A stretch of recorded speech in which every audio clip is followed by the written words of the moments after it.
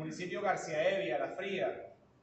También quiero resaltar que hemos venido hasta acá en compañía de venezolanos que viven acá en el norte de Santander, y hoy vamos a hablarle a las venezolanas, los venezolanos, compatriotas todos que viven acá en Colombia. Y desde aquí haremos una propuesta que trascenderá incluso las fronteras de Colombia y estará llegando a todo el mundo en donde exista una venezolana, un venezolano.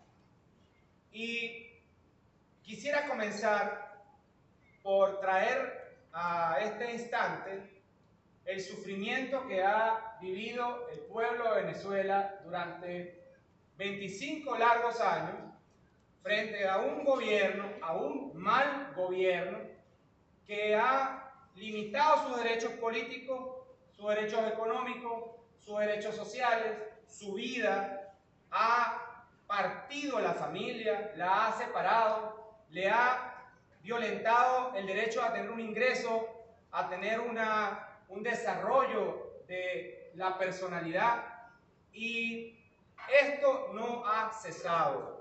Quiero resaltar que el cambio en Venezuela pasa porque nosotros los venezolanos, todos, podamos sacar al mal gobierno y sustituirlo por un nuevo modelo que permita que ese modelo dé oportunidades para bienestar y buen vivir a todos. Y progresivamente tenemos que comprometernos para que cada venezolano que salió de Venezuela por la crisis que produjo el mal gobierno de Nicolás Maduro pueda regresar.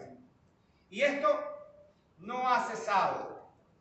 La exclusión no ha cesado.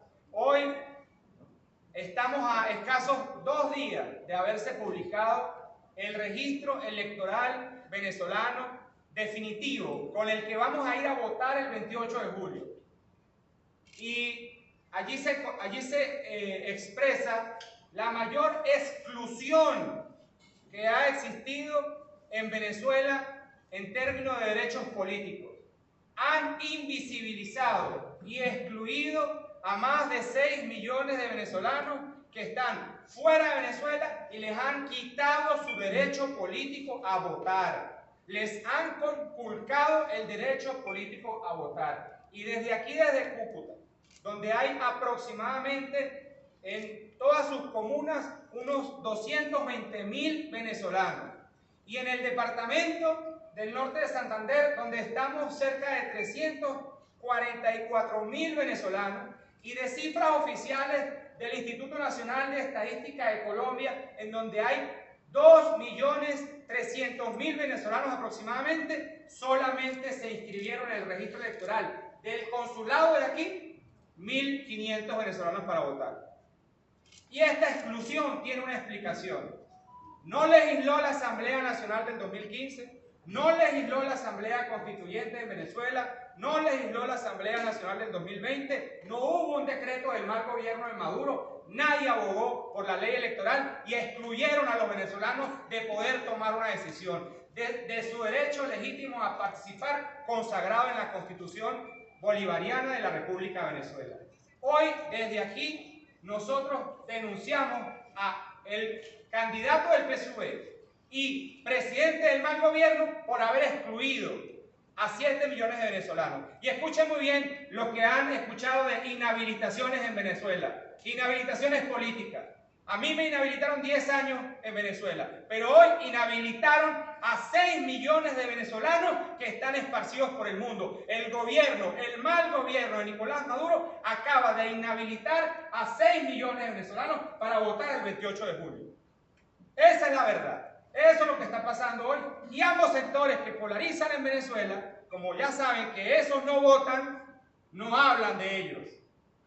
Nadie está hablando de ellos. Y hemos venido hasta acá, hasta Cúcuta, a levantar nuestra voz para que sepa el mundo que aquí el Estado venezolano debe resarcir los derechos de los venezolanos para votar el 28 de julio. A escasos 50 días. Nosotros desde Cúcuta queremos anunciar nuestro pacto de la esperanza. Lo hemos discutido en el territorio nacional, lo hemos discutido abiertamente, hemos invitado a todos los candidatos a discutirlo. Hemos hecho llegar por escrito, en físico, a cada uno de los candidatos en Venezuela, a las instituciones, a las universidades. Este pacto de la esperanza, en su punto número 9, plantea la defensa de los derechos de los venezolanos fuera de Venezuela, su derecho a la identidad, su derecho a la participación, a ser elegidos, a elegir y a ser elegidos, su derecho a una calidad de vida, a una protección del Estado. Aquí está para que lo discutamos con todo el país, pero no solamente dentro de nuestras fronteras. También lo traemos acá, con todo respeto, lo traemos al territorio colombiano, porque escuchamos con agrado, con beneplácito al presidente Petro decir que se comprometía con un pacto para Venezuela, con un pacto de gobernabilidad, un pacto de paz. Ustedes lo escucharon, yo lo escuché. Pero luego el canciller Murillo dijo que no tenían un documento para trabajar sobre el pacto que pudiese ayudar en la paz, con la paz en Venezuela. Con todo respeto al canciller y al presidente Petro, nosotros acá, desde el norte de Santander, le traemos el pacto de la esperanza, que busca un seguro electoral para los venezolanos, que el día 29, un día después de la elección, los venezolanos estén esperanzados, porque no importa quién gane la elección, va a haber paz. No importa si gana Maduro o si gano yo, va a haber reconstrucción. No importa si gana un candidato u otro, le vamos a quitar el nombre y apellido a ese cambio que Venezuela necesita. Presidente Petro, aquí en su territorio, con todo respeto, le haremos llegar este pacto que ha venido en busca de solidaridad con el pueblo de Venezuela. Y no puedo dejar de resaltar nuestra propuesta para los venezolanos que están en territorio colombiano y en muchos países del mundo. Hoy queremos presentar nuestra propuesta Llégate y Vota, dirigida a los venezolanos que están fuera de Venezuela. El Estado venezolano ha violado el derecho a la participación y por tal motivo nosotros vamos a presentar, además de la discusión que estamos haciendo en el acuerdo, en el Pacto de la Esperanza, vamos a presentar formalmente una ley para que se haga retroactivo el pago de los gastos que hagan los venezolanos que vayan a votar a Venezuela. Para llegar aquí me monté en un taxi de un trujillano, un venezolano que maneja un taxi aquí, en Cúcuta, y le pregunté, ¿usted iría a votar a Venezuela si pudiera? Y me dijo, yo sí voy a ir a votar. ¿Cuánto le cuesta pasar al lado venezolano y llegar hasta Trujillo? Me dijo, me cuesta unos $5 llegar a San Antonio y unos $25 llegar a Trujillo. Ida y vuelta, estos son $60. Esos $60 que nuestro compatriota de Trujillo va a gastar para ir a votar a Venezuela, nosotros vamos a pelear para que el Estado venezolano se los haga llegar, se los pague. ¿Y cómo lo vamos a hacer? Primero, vamos a organizar un gran registro de venezolanos en Colombia, un gran registro de venezolanos cerca de las fronteras de Amazonas, de Apure, de Zulia, de Táchira. Y con ese registro, nosotros vamos a llamar a la solidaridad de todo aquel que quiera ayudar con los $60 que necesita este hermano trujillano que está en el norte de Santander taxiando y que va a ir a votar el 28 de julio. Y los fondos que logremos los vamos a tramitar de manera transparente y honesta usando nuestra tecnología blockchain, Web3. Vamos a llamar a los venezolanos a la confianza porque vamos a presentar un sistema que no es como PDVSA, que es una caja negra de ladrones y corruptos. No, un sistema transparente que demostrará que los fondos alcanzan mientras no se los roben. Y vamos a llevar a los venezolanos a votar. A los que fueron excluidos, nosotros les vamos a abrir la puerta para que vayan a votar a Venezuela. Llégate y vota a Venezuela. Los invito a que ingresen a las redes sociales de @elgochoceballos en Instagram y se marquen el enlace que está allí y se va a desplegar una serie de opciones que ustedes tienen para registrar sus datos. Y con ese registro y con la tecnología blockchain, nosotros vamos a crear seguridad y confianza para que venezolanos que quieran apoyar lo puedan hacer. Pero también va a ser la base para una ley que presentaremos en discusión ahora y que luego llevaremos el 29 a la Asamblea Nacional. Llevaremos a todas las instancias que sean posibles para que el Estado venezolano le pague a los venezolanos su boleto. Vino de Estados Unidos, que le pague el boleto. Vino de Chile, que le pague el boleto. Porque es el Estado venezolano quien violentó el derecho a la participación de 6 millones de venezolanos. Y es el mal gobierno de Nicolás Maduro el que inhabilitó a 6 millones de venezolanos hoy en nuestro país. Así que, con todo gusto, espero poder responder a las preguntas que tengan acá y que bien quieran hacer. Muchas gracias. Daniel, usted dice, Gracias. Daniel, usted dice que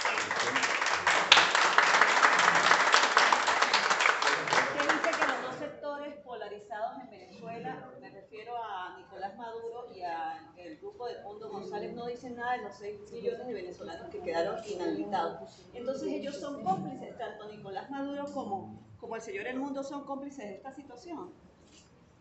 El señor Nicolás Maduro es responsable de estas inhabilitaciones. Directo, porque él es el presidente de ese mal gobierno. Directo. Hizo silencio. La Asamblea Nacional de Jorge Rodríguez es responsable de esta inhabilitación. Pero también la Asamblea Nacional de Juan Guaidó es responsable de esta inhabilitación, porque ninguno legisló. Los venezolanos llegaron a los pocos consulados que hay en Colombia abiertos y les pidieron requisitos de una Venezuela que hoy no existe. Le pidieron los requisitos de una Venezuela que tenía menos de 100.000 venezolanos fuera del país. Es una mora legislativa, es una irresponsabilidad del Estado venezolano. Y yo hoy en campaña les pregunto a todos los venezolanos, ¿ustedes realmente han escuchado a los sectores tanto del gobierno, del candidato Maduro, como de la oposición tradicional en Venezuela hablar de esta situación? ¿Ustedes lo han escuchado? ¿Ustedes han escuchado que van a hacer algo por los venezolanos que no pudieron votar, que quedaron excluidos? No lo han hecho. Los han invisibilizado, porque como no son votos, no les importa. Y aquí, en este pacto, la prioridad no son los candidatos, no son los partidos, no son los intereses particulares, es la gente. Y por eso yo le pido, con todo respeto, al presidente Petro que no desista de evaluar ese pacto del que habló, porque nosotros sabemos que aquí en Colombia hay por ejemplo, una ley para las minorías y hay un proceso de paz que desde lejos vimos, sin entrar en detalles, vimos que ha producido cambios importantes en Colombia, basta ver su economía. Y frente a eso, nosotros quisiéramos lograr un pacto, la paz, pasar la página de 25 años de confrontación, reconciliarnos. Tenemos derecho los venezolanos a reconciliarnos. Tenemos derecho los venezolanos a lograr la paz. Tenemos derecho los venezolanos a un plan para el retorno a casa de cada venezolano, pero de verdad. No en campaña allá en Venezuela diciéndole que vamos a unir a la familia cuando no estamos abogando por los que quedaron por fuera sin votar. Eso es una doble cara, eso es una mentira que están haciendo allá. Y por eso vinimos acá, a Cúcuta, al norte de Santander, a hablar con los venezolanos. Vamos a estar en las comunas de Cúcuta. Es más, nosotros vamos incluso a ir a los terminales y a los lugares en donde están los puntos de cruce para organizar esa movilización que debe haber para el 28. Y algo digno de plantear. Las Fuerzas Armadas de Venezuela, comprendiendo la crisis que esto significa y la exclusión de 6 millones de venezolanos de sus derechos constitucionales, debe ayudar y ser garante para que en esta elección el Plan República permita el cruce de los venezolanos que van a ir a votar. Eso es muy importante. Daniel, usted hablaba de inhabilidad. ¿Podemos hablar de la inhabilidad que a usted le tocó en lo personal? ¿Cuáles son las causales en las que se arropa el gobierno para él? En el año 2014, el Tribunal Supremo de Justicia de Venezuela, en un juicio ad hoc, en un juicio en donde el tribunal se convirtió en todas las partes del proceso, me condenó, destituyó de alcalde de San Cristóbal e inhabilitó por 1 año. Y luego la Contraloría General de la República en el año 2015 me volvió a inhabilitar diciendo que yo no había entregado el gobierno. Si estaba bien preso, ¿cómo iba a entregar el gobierno? Y durante 10 años me mantuvieron esa inhabilitación. Y en la última elección a gobiernos regionales en Venezuela se me inhabilitó para ser candidato a gobernador en el estado Táchira. Yo soy representante, al igual que muchos otros, de una larga lista de inhabilitaciones. Pero hoy no se trata de los políticos. Hoy se trata de los derechos de la gente. Inhabilitaron a 6 millones de venezolanos. Y nadie dice nada.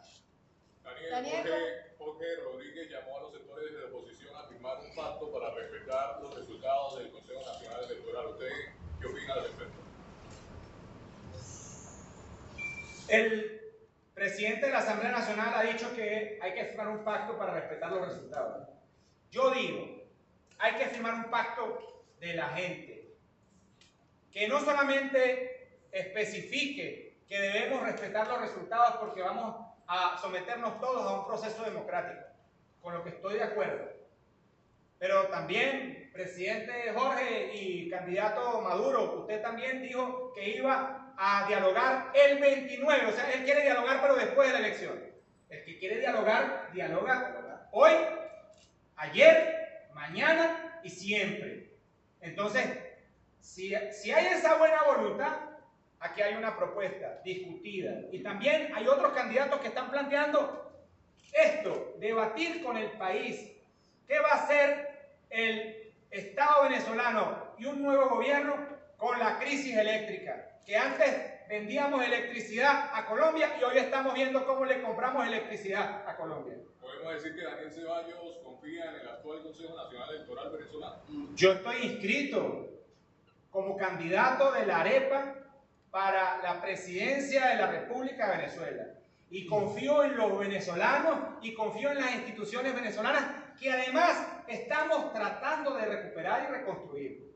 Y no hay un cambio posible sin que las instituciones venezolanas estén allí. El poder electoral, el poder judicial, el poder moral, el poder ejecutivo, el poder legislativo. Y hoy que vamos a elegir el poder ejecutivo, debemos garantizar que los venezolanos tengan su derecho a participar. Y yo confío en que los venezolanos que están viendo por estas cámaras van a escuchar con mucha seriedad nuestra propuesta y van a despertar sobre la exclusión que le están haciendo. Yo sé que están muy ocupados, yo sé que tienen muchas horas de trabajo, yo sé que hacen grandes esfuerzos para sobrevivir en otros países, pero este esfuerzo es el esfuerzo de nuestro país, de nuestra tierra, y aquí hay gente que está comprometida con que usted pueda ir a votar y que además, si también quiere ser testigo, allí mismo, si ingresa al link, va a poder registrarse como testigo y el partido Arepa Digital le va a imprimir su credencial de testigo, porque estamos decididos a que el 28 de julio la gente gane, porque no importa qué candidato gane, que no pierda de nuevo el venezolano. Tiene 25 años perdiendo en esta diatriba que tenemos. ¿Cuáles son las propuestas más fundamentales que tiene usted como candidato a la presidencia de Venezuela?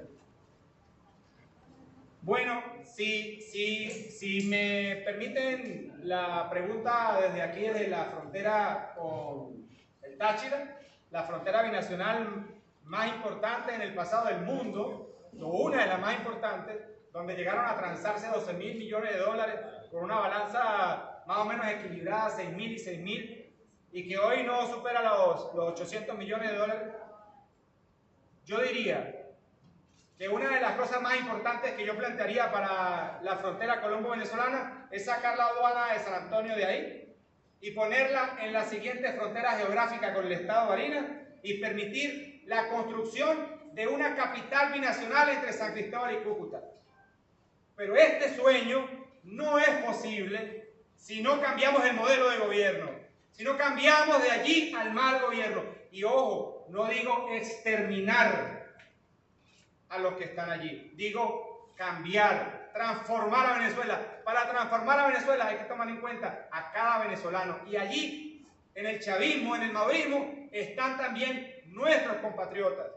Y nosotros a ellos los llamamos para que construyamos juntos y reconciliemos a Venezuela. No sirve la unidad de este lado solamente, la reconciliación de un sector. El objetivo debe ser la transformación de Venezuela. Daniel, ¿cómo te visualizas tú o cómo visualizas tú una posible transición? ¿Verdad? Son 6 meses posteriores a la elección, 5 meses posteriores a la elección, que de cambiar el momento del 28 de julio, ese candidato, ¿qué va a poder hacer? ¿Nombrar solamente, dar a conocer sus ministros? ¿La Fuerza Armada continúa igual? ¿Los poderes públicos continúan igual? ¿Cómo lo visualizas tú? Las fotografías que tienes después del 29. Bueno, lo primero que debemos saber es que quien gane la presidencia de la República, y si este sería el caso de este humilde servidor, debe asumir un país en una situación de mucha confrontación y debe dar pasos firmes, con prudencia, con tolerancia y con un espíritu de integración de todo el país. Yo no concibo la posibilidad de conflicto con quienes hoy están en el ejercicio del poder en Venezuela. El nuevo presidente electo conviviría con el presidente que está investido del mandato hoy. Vamos a tener 2 presidentes, pero no como Guaidó, no, de verdad. Uno electo por la gente, de verdad con votos, y otro que tiene un mandato que debe entregar. Y debe construirse esa posibilidad real de reconstruir a Venezuela, de recuperar la economía, de hacer de la industria petrolera una industria transparente, porque no hay forma de recuperar hoy la economía sin hablar de petróleo, de hermanarnos al fin para poder luego ir a hermanarnos con el mundo, porque no es posible entendernos bien con otros países si dentro de nuestra casa lo que hay es un pleito. Y así yo veo la posibilidad de que en el año 28 y en enero del 29 logremos el inicio de la reconstrucción de Venezuela. Bueno, vamos a escuchar una última pregunta. Daniel, ¿estaría dispuesto a unir fuerzas con el Mundo González o el Mundo González si el decide unirse le daré para quitar? Pacto a la esperanza con eso. Vamos a discutirlo. Vamos a ir a todos los escenarios. Pacto de la esperanza. Presidente Petro, ayúdenos. Aquí en su territorio, el pacto de la esperanza. Candidato, se asume de que todos aquellos que salieron de Venezuela es porque no están de acuerdo, no comparten el régimen. Así pasa en varios países de Sudamérica. Este ejercicio, llegar con esta campaña, con esta invitación de llega y vota en Venezuela, ¿en qué otros países lo ha hecho?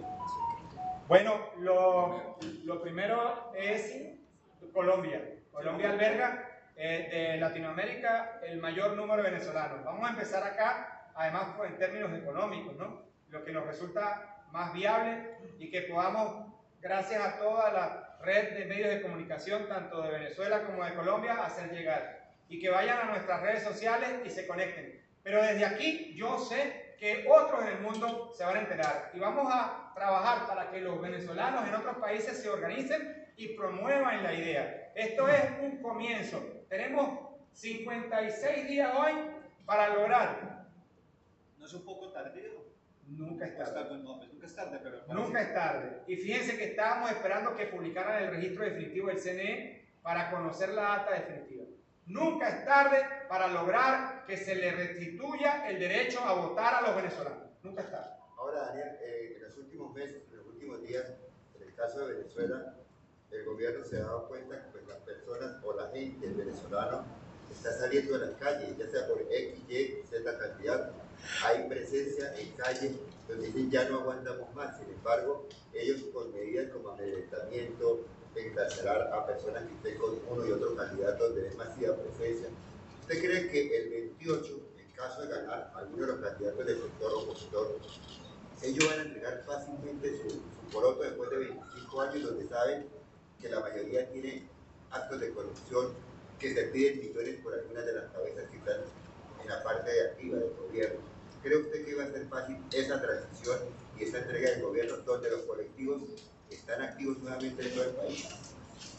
Yo creo que el 28 podemos derrotar la polarización política, que invisibiliza a buena parte de las propuestas, discusiones y planteamientos que pudiesen contribuir con aplacar a los extremos y dar paso a la discusión.